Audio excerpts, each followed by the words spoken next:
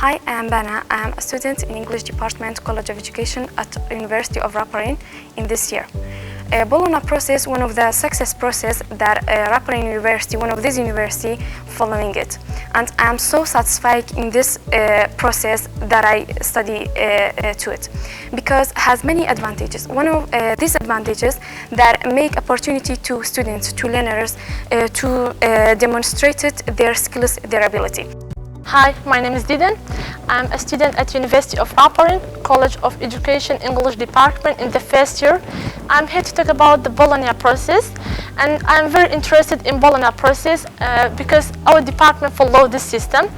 And Bologna process is a modern learning process in which the learners are at the center of learning process, and it gives active learning rather than passive learning, and also focus on critical and analytical learning and understanding. And another point about Bologna process, it makes the students to play a great role in the society. For example, it encourages the students to volunteering.